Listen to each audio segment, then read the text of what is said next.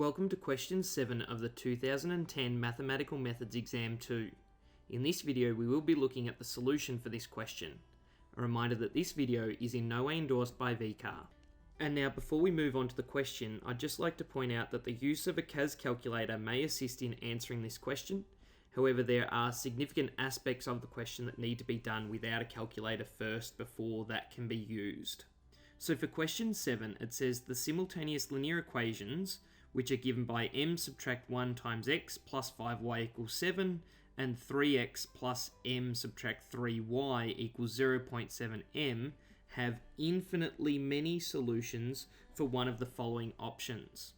So the first thing we need to unpack is that to have infinitely many solutions, these two lines must actually be the same line. So when rearranged for y equals mx plus c, the gradients must be the same and the y-intercepts must be the same.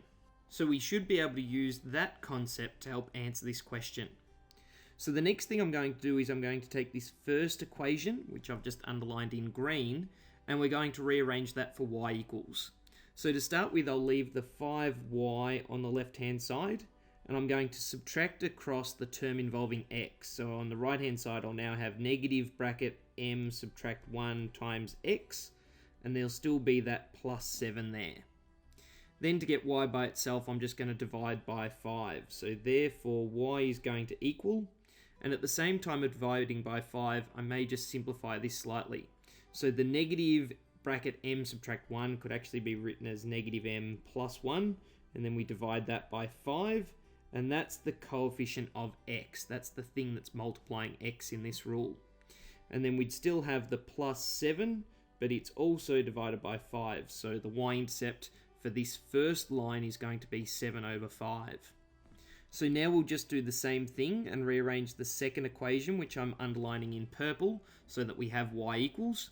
So for our first step, we'll subtract 3x, so that will mean we're going to have in brackets on the left-hand side, m subtract 3 multiplying y is equal to minus 3x, and then we're still going to have plus 0.7m. And then we're going to divide by whatever's multiplying y to get it by itself. So y is going to equal minus 3 divided by m subtract 3, and that's the coefficient of x now, plus, and then we still have the 0.7m divided by m minus 3. Now usually we wouldn't want a decimal inside a fraction, but because we are going to solve this on the calculator and just get an answer for a multiple choice question, I'm just going to leave it like that for now. So now if we think back to what we were talking about at the start, we need these to have the same gradient. So therefore, we would need the coefficient of x in both of these to be the same.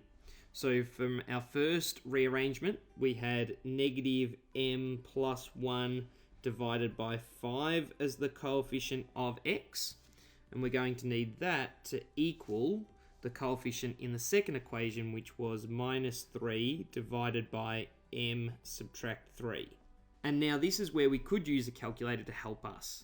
So on the calculator, we could then go and solve that for m, and this would give us, therefore, m is equal to negative 2, or m is equal to 6. They're the two possible values that will make the gradient the same.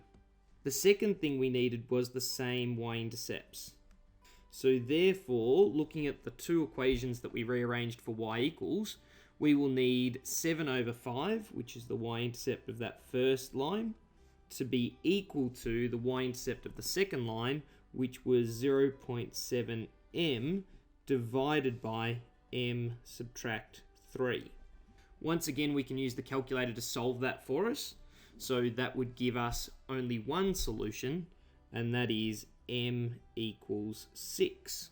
So m equals 6 was a solution to the first equation we put together, and also a solution to the second equation that we solved.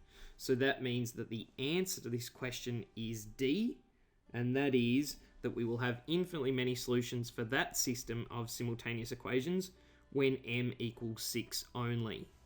And now from the examiner's report, we can see that this question did challenge a lot of students in the exam, with only 47% of students getting the correct answer for this question, and 1% of students actually gave no answer, which may have meant that they were confused by what the question was asking them to do. The examiner's report also includes this, which is a similar approach to the one we took on the previous slide, and that's their way of finding the value of m that gives infinitely many solutions.